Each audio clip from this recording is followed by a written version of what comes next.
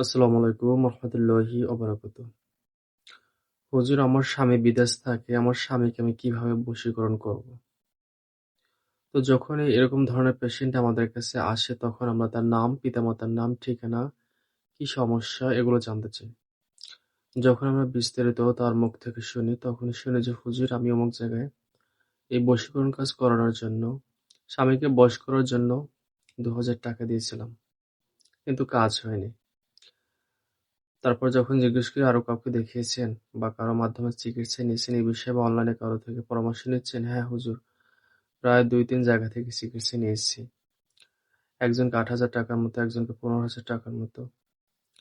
এভাবে যার সমস্যা অনুপাতে এভাবে বহুত পেশেন্ট আমাদের কাছে এসএমএস করে আমরা সমস্যাগুলো শুনে থাকি। তো দূরের বশীকরণ আসলে এটা মুখের কথা না। চাইলেই জায়গা থেকে বশীকরণ করা যায় না।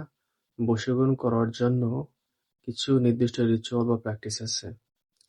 আর বিশেষ করে যারা শয়তানি চর্চার মাধ্যমে বশীকরণ করে তাদের বশীকরণগুলো স্থায়ী হয়ে থাকে না। এটা বেশিদিন টিকে না। ইসলামিকভাবে বশীকরণ কোরআনের ভিতরে নেই।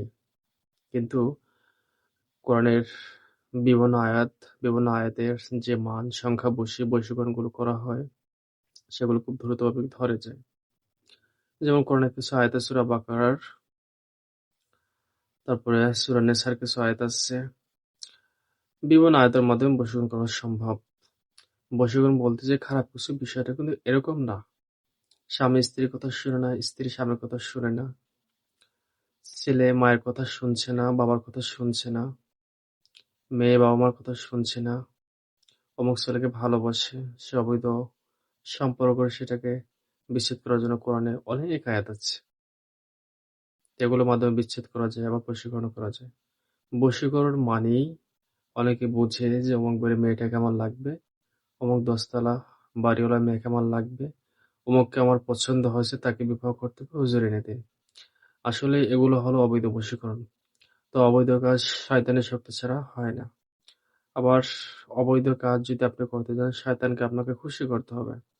এখন শয়তানের মাধ্যমে চুক্তি করতে হবে। ঠিক আছে? তো এই চুক্তিগুলো কিভাবে হয়ে থাকে? আর মানুষ তো আর আগের মতো বন জঙ্গলে গিয়ে শয়তানের সাধনা করতেও পারবে না।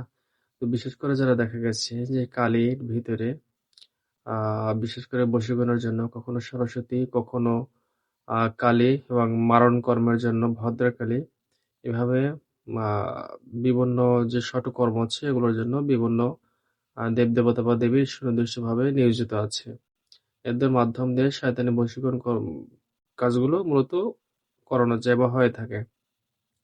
তো আসলে এদের মাধ্যমে আপনি আশ্রয় নিলেই যে আসলে আপনি করলেন আর কাজ হয়ে গেল, বিষয়টা কিন্তু এরকম না। মূলত যত প্রকার কার্যক্রম আছে সমস্ত কিছু আল্লাহ পাকের তরফ থেকে হয়ে থাকে। সেটা ভালো বলেন আর মন্দ বলেন। তো মন্দটা হয় থাকে শয়তানের তরফ থেকে। কারণ শয়তানকে আল্লাহ রাব্বুল আলামিন শক্তি দিয়েছেন। তো এই শক্তিকে যদি কেউ অর্জন করতে চায় অবশ্যই তাকে অনেক কিছু স্যাক্রিফাইস করতে হবে। কখনো ব্লাড স্যাক্রিফাইস করতে হয়, কখনো বিভিন্ন কালী মূর্তির সামনে পাঠা বলি দিতে হয়, কখনো আ পুজো দিতে হয়, কখনো ভোগ দিতে হয়, কখনো উলঙ্গ হয়ে ৩ রাস্তায় মোড়ে বসে বিভিন্ন দেব-দেবীর বীজ মন্ত্র পাঠ করতে হয়। কখনো শ্মশানে বসে অঘরী যে সাধনা সেগুলো করতে হয়, সব সাধনা করতে হয়। মানে মৃতদেহের উপর বসে সাধনা করতে হয়। এভাবে নির্দিষ্ট ব্ল্যাক ম্যাজিক কিছু রিচুয়াল আছে। তো এই রিচুয়াল গুলো খুবই ভয়ংকর, খুবই খারাপ। তো যারা এগুলো সাধনায় উন্নীত হয় তারা এই সমস্ত কাজ করতে পারে। আর সবথেকে বড় কথা হলো যে, যে কেউ চাইলে কিন্তু কাউকে বশীকরণ করতে পারে না। বশীকরণ বিষয়টা আপনারা যতটা সহজ মনে করেন, আসলে কিন্তু ততটা সহজ না। ঠিক আছে? অনেক কালো জাদুকর, অনেক তান্ত্রিক দেখা যায় বশীকরণ করে দেয়। ১ সপ্তাহের ভিতরে, ৩ দিনের ভিতরে বশীকরণ হয় না। খুব সাধু ভাব ধরে, খুব তান্ত্রিক ভাব ধরে। কিছু মানুষের মাথায় রেখে কিছু আ বিভিন্ন শয়তানি যে কিতাবগুলো সেগুলোর মাধ্যমে বশীকরণ করে দেয়। দূরের বশীকরণ হয়ে যাবে। আসলে দূরের বশীকরণ কুফরি কালামের মাধ্যমে কখনো সম্ভব না। কারণ কোনো কুফরি কালামের মন্ত্র, ১৬ পায়ার মন্ত্র, ৮ পায়ার মন্ত্র, ১০ পায়ার মন্ত্র এগুলো নদী পার হতে পারে না। ঠিক আছে? এগুলো কিছু দূর ১ কিলোমিটার, ২-৩ কিলোমিটার গিয়েই থেমে যায়।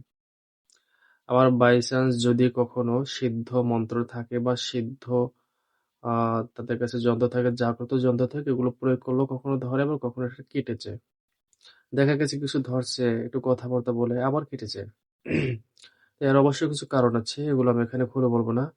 আর এ সমস্ত চর্চা আমরা কখনোই করি না। যেটা ভালো সেটা আমরা অবশ্যই করে থাকি, সেটা ইসলামিকভাবে এবং ইসলামিক যে রিচুয়াল আছে সেগুলোর মধ্য দিয়ে। বিশেষ করে যারা শয়তানি রিচুয়াল প্র্যাকটিস করে বা এগুলো যারা করে এই বিষয়টা ভালো তারা জানে।